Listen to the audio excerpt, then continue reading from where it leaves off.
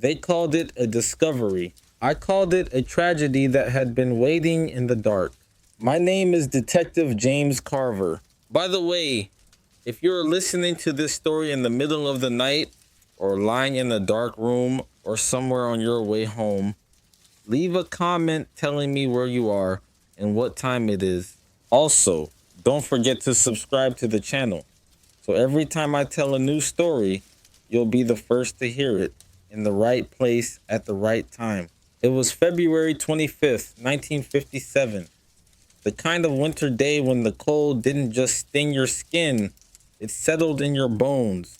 The discovery was made on the edge of Philadelphia, in the Fox Chase area. There, just off a quiet dirt road, a cardboard box sat abandoned, partly hidden by brush and tall weeds beaten down by winter. Inside that box was a boy, naked, bruised, silent. No one knew his name, not then, not for decades. The man who found him, a young fellow checking his animal traps, didn't call the police right away. He thought it was too much trouble, that maybe it was some kind of doll. Later, another man came across the same box. This one decided to call it in. When I first walked into that scene, the silence was heavy, snow crunching underfoot. The box, a plain bassinet box, cheap cardboard with faint shipping marks, and the boy, no older than 4 or maybe 6, malnourished. His hair crudely chopped, as if someone had tried to disguise him. That's where the story begins. A boy with no name, a crime with no witnesses, a mystery that would test every instinct I had. We worked the scene methodically. I remember kneeling near that box, trying to map the steps of whoever had left him there. The weeds were trampled in one direction, as if someone had carried him in from the road. The box had been flattened slightly, maybe from being dropped. The boy's small body told its own story. There were bruises, old and new, thin marks, almost like rope burns, and the haircut, uneven, jagged, like someone had grabbed a pair of dull scissors and hacked away in haste. No clothes, no blanket, no note, just a child left in the cold. The press moved in fast, and so did the city. Within days, the case was everywhere. Newspapers, radio, even TV. They called him the boy in the box. We ran the usual drills: hospitals, schools, orphanages, nothing. No missing child reports matched his description. No neighbors called in to say they'd seen a boy like him. He was invisible. I remember thinking, somebody loved this kid once. Somebody fed him, dressed him, rocked him to sleep. And yet here he was, discarded like trash, his story erased. The timeline that day was clear enough. The first man found the box in the morning, ignored it. The second man found it in the afternoon, called us in. By evening, the medical examiner had him on the table. Cause of death: blunt force trauma to the head. Time of death: a few days before discovery. There were signs of prolonged abuse, old injuries that had healed badly, bruises on his body that didn't match the final injury. This wasn't an accident. Someone had hurt this boy. Often. What chilled me most wasn't just what I saw, but what I didn't see. No signs of panic, no attempt to bury him. Just a body in a box left in plain sight, almost as if daring someone to find it. I've been on scenes where the crime screamed chaos, rage, passion. This one whispered something colder, deliberate, detached. We worked around the clock. Every detective on the squad combed through leads, door-to-door interviews. We chased rumors: a missing boy in New Jersey, a runaway in New York, a foster child no one seemed to remember. Every one of those leads collapsed. We printed thousands of flyers, distributed them everywhere: truck stops, diners, police stations, in every surrounding county. We even displayed his reconstructed image in department stores, hoping someone would recognize his face. No one came forward. It was as if the boy never existed. In those first days, I started keeping my own notes, separate from the official reports. I wrote down my thoughts late at night when the noise of the squad room faded and the city went still. I kept coming back to two things: the haircut and the box. That haircut told me someone had tried to make him unrecognizable, maybe to hide who he was if the body was found. And that box, a bassinet box, the kind you'd buy if you had a baby at home, told me whoever did this had children, or had reason to have one.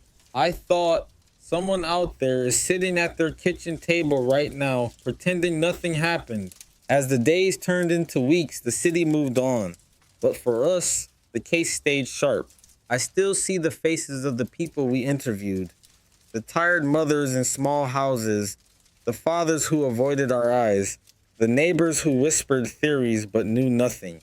Everyone wanted the boy to belong to someone else. And maybe that's the part that cut the deepest, that a child could be erased so completely and no one seemed to notice. At night, I'd drive past that patch of woods. The box had been taken away, the brush still trampled down. Sometimes I'd park there, headlights off, wondering what had gone through the mind of the person who left him. Did they hesitate? Did they look back? Or did they just walk away without a second thought? I didn't know then that this case would follow me for years, that it would twist through dead ends and false confessions, that it would become less about solving a crime and more about trying to give a name to a boy who'd been stripped of everything, even his identity. What I knew that first cold February night was this: somewhere in this city, there was someone who knew the truth. And if I had to chase that truth for the rest of my life, so be it. The city forgot, but we didn't. Days turned to weeks, weeks to months. The boy's photograph sat on my desk like a shadow I couldn't shake. A face without a name, eyes staring straight through you. We followed every lead, every whisper, every rumor, and each one in its own way collapsed into nothing. The first real tip came from a foster home a few miles away. A neighbor claimed a little boy had vanished from that house around the same time. It felt promising. The home was known for its chaos, kids coming and going, records a mess. But the boy there turned up alive months later, placed with another family. Not our boy. Then there was the traveling carnival theory. People swore they'd seen a child who looked just like him, traveling with a troupe that moved from town to town. We chased them down, interviewed the carnies, nothing. The case files grew thicker, but the answers stayed thin. Every so often someone would confess. A drifter, a man in a bar, drowning in cheap whiskey, a woman claiming visions. None of them fit the evidence. The boy remained a ghost. The box, though, kept whispering. It had once held a bassinet from a popular brand, sold by a handful of stores in the city. We tracked down every sale, every receipt. Nothing led us to him. But the cardboard told another story. The fibers, faint traces of moisture. It hadn't been stored long, which meant someone bought that bassinet not too long before the boy died. Someone had an infant or planned for one. I'd sit at my desk at night staring at that note in my book. Bassinet buyer, recent, close. It felt like the clue that should have broken the case wide open. But no matter how hard we pulled, the thread went nowhere. Then there was the hair. Whoever cut it hadn't cared for neatness. It was rough, uneven, hacked away like they were racing the clock. At first, we thought maybe it had been done after death to disguise him. But when the medical examiner looked closer, there were bits of hair stuck to his small body, strands clinging to his skin, his clothes. That meant the haircut had been done before death. It changed how we looked at the scene. This wasn't just someone disposing of a body. This was someone living with him, someone who'd groomed him, even in his final days. I began to build profiles in my head. A father hiding a child born out of wedlock. A mother too young, too frightened, trying to erase a mistake. A caretaker with too many kids, too little love. Each scenario fit, and none of them fit. One night I went back to that patch of woods, stood where the box had been. The wind in the trees was the only sound. I pictured the killer, not panicked, not hurried, someone who knew the area, someone who felt safe enough to leave the boy there, knowing the road was quiet, the traffic rare. It told me two things. They were local, and they thought the boy's identity would never lead back to them. They were right. Then came the photograph campaign. We dressed the boy, combed his hair, and took pictures of him as if he were alive. It was a desperate move, something we'd never done before. Thousands of those images went out, pasted on walls, handed out in diners, even mailed across state lines. I remember the looks people gave us. Shock, disgust. Some even called us cruel for showing him like that. But we had to try. Not one person recognized him. The longer the case stayed cold, the more theories piled up. Some said he was the child of a foreign sailor, abandoned after a port call. Others thought he'd been hidden by a wealthy family, a scandal no one wanted exposed.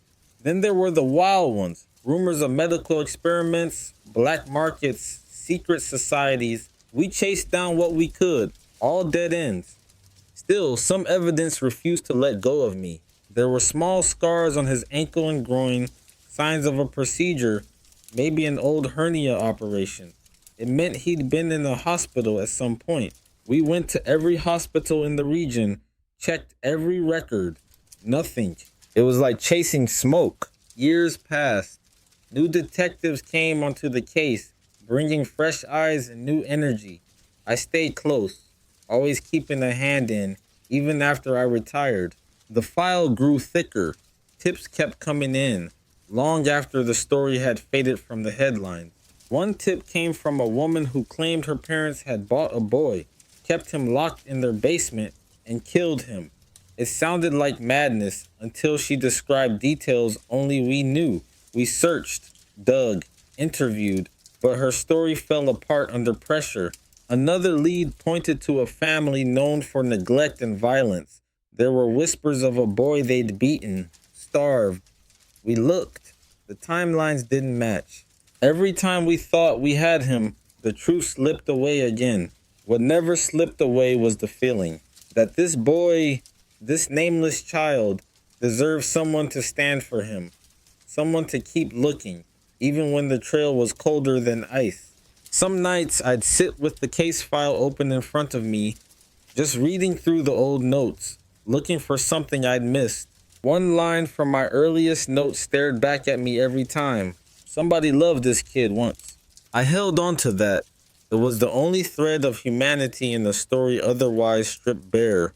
Then, decades later, a breakthrough. DNA. The technology had advanced enough to pull a profile from the boy's remains. Slowly, carefully, we built a genetic fingerprint. Submitted it to national databases. Nothing at first. Then we started using genealogical databases, the same kind used for ancestry research. Distant relatives popped up, branches of family trees we could start to trace. For the first time in more than 60 years, the boy had a chance at a name. It didn't happen overnight. It took years of patient work, genetic matches, and family interviews. The pieces came together like a puzzle, long missing its center. And then, finally, a name. Joseph Augustus Zarelli. Above Shamar, or from Philadelphia. Born in 1953. Dead before his 5th birthday.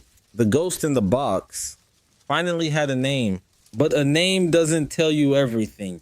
Who hurt him? Why? How he ended up alone in that cardboard coffin in the woods. Those answers were still buried in silence. And silence, I've learned, can be the loudest sound in an investigation. A name changes a case. It does not end it.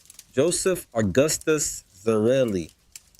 4 syllables for a boy who had none the day we found him. The record placed him in this city, born in 1953.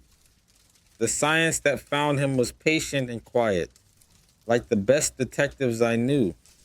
Tiny fragments of code read from bone, compared to public family trees, then narrowed, branch by branch, until the circle closed around one Philadelphia family. That's genetic genealogy in plain terms. You don't hunt a fingerprint. You hunt a family. From there, the work was human again, knocking on doors, making calls, reading the old archives. A birth certificate existed. The father had a last name we already knew now, Zarelli. The mother had her own life, her own secrets, long buried. Both were gone. The siblings were grown. Some knew nothing. Some didn't want to speak. Grief and shame travel through generations. They arrive even when you never sent for them. I've learned not to judge the silence that meets you at a door. Silence can mean many things: fear, loyalty, fatigue, or the simple truth that people cannot face the past and still get through the day. The name brought clarity to certain questions. It confirmed that the boy was local, born nearby, connected to neighborhoods we had walked 100 times. It told us he had brothers and sisters. It told us there should have been doctor visits, neighbors, birthday songs. Yet there were no missing person reports, no teacher who raised a hand, no church lady who asked, "Where did the little one go?" You don't lose a child like that by accident. You erase him on purpose. So I went back to the evidence with new eyes. The haircut, the bruises, the bassinet box, and the route to Fox Chase. A quiet turnoff that only makes sense if you've driven it before. The haircut still spoke the loudest, uneven, hurried, done before death. That meant a caretaker's hand. It wasn't a stranger's act. It was something carried out in the kitchen or a bathroom with the door half closed while a radio played low and someone boiled water for tea. You don't hack a child's hair like that unless you need him not to be recognized, or unless control has become a substitute for care. The box kept its place in the story, a container meant for beginnings, used for an ending. Someone had bought a bassinet around that time. Not for Joseph. He was too old for one. For a new baby. For a household that already had more need than patience. That detail cut clean through me. A home preparing for a birth and disposing of the child who didn't fit the picture. What about the injuries? The medical examiner noted them long ago. Old bruises, signs of chronic harm, and the final blow. That pattern tells a quiet, steady violence. Less a storm than a climate. It doesn't name a single hand. It sketches a house where pain became routine. Suspects. That word draws lines where families blur them. In some homes, guilt is a group project. One person strikes, another looks away. A third cleans the floor and tells the neighbors the boy is visiting relatives. After decades, the people at the center of it are gone. They took their reasons with them. But reasons often look the same no matter the address. Stress, poverty, secrets. Couples who shouldn't have stayed. Children who learned the wrong lessons. A society that kept too much behind the curtains. We tried to map every possibility. Did he live full time with his mother? Was he passed to relatives when money ran thin? Was he concealed to avoid scandal or to avoid the law? Each path crossed through the same hard ground. No school records, no doctor stepping in, no neighbor testifying early. In the end, the city failed him, not in malice, in neglect. The breakthrough gave us a turning point, not a confession. And yet it allowed us to do one thing justice always demands: say his name and mark his place. He was exhumed twice for science. He was reburied twice with honor. The stone now says who he was. The mourners who come do not know him, but they speak to him anyway. Sometimes that is what justice looks like when the clock has taken everything else. There was one more thread. The father's family line, proud of his name, faced the news with shock and hurt. They were not the ones who left the boy in those weeds. I understand their anger at the stain, even as I keep my eyes on the child in the box. Families hold pride and guilt in the same hand. The law holds facts. We stayed with the facts.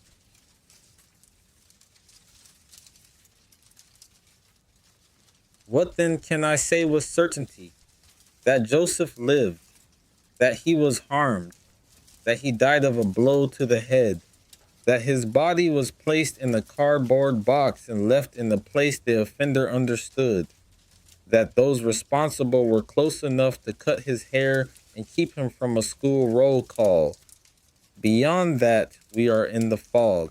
But some truths step out of the fog if you watch the ground instead of the horizon. No one lays a child in the cold who believes the child will be missed.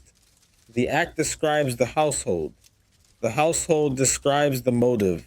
In that house, Joseph was a problem to be solved, not a person to be loved. The solution they chose was the simplest one fear can invent. Hide the evidence and hope time will do the rest. Time almost did. DNA did not. When I visit the grave, and I do, I stand a long time with my hands in my pockets.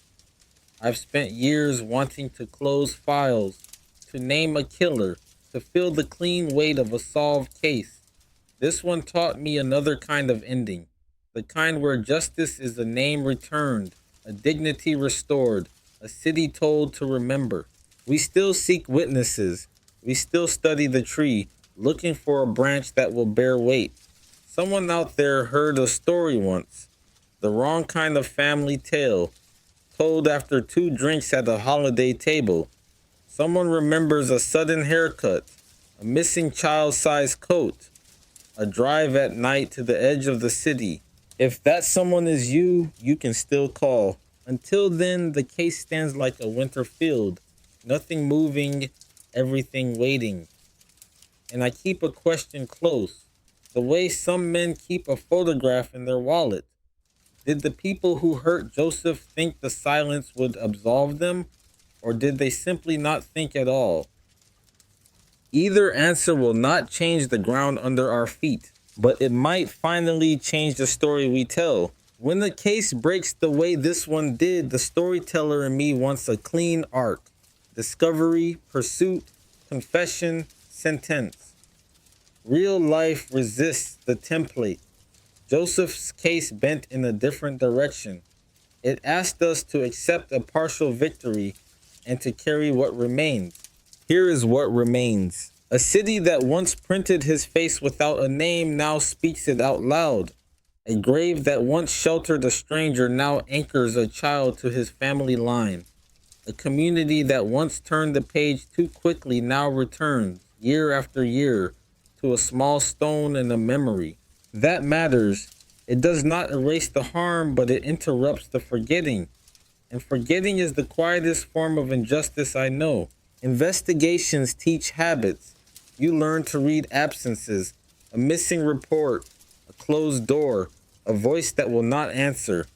The absences in Joseph's life reveal a harder truth about ours. We are as responsible for the children we do not see as for the ones we do. Responsible to ask, to look, to step forward when something feels wrong. The box in the weeds was not only a crime scene, it was a mirror. If you are listening in the dark or on the bus moving through a tired city, think of the people who vanish inside crowded rooms. The boy whose hair is cut too close, the neighbor who is never outside in daylight, the silence you have trained yourself to ignore. Speak a little sooner. Knock once more. Be the discomfort that keeps a child alive. Justice is not always a verdict. Sometimes it is a name recovered, a grave tended, a story told without flinching. Sometimes it is the promise that the next forgotten child will not stay forgotten. I do not know if we will ever say who struck the blow. I do know how to end this night. Joseph Augustus Zarelli lived here. He belonged to us. We will remember him. Thanks for listening. See you in the next video.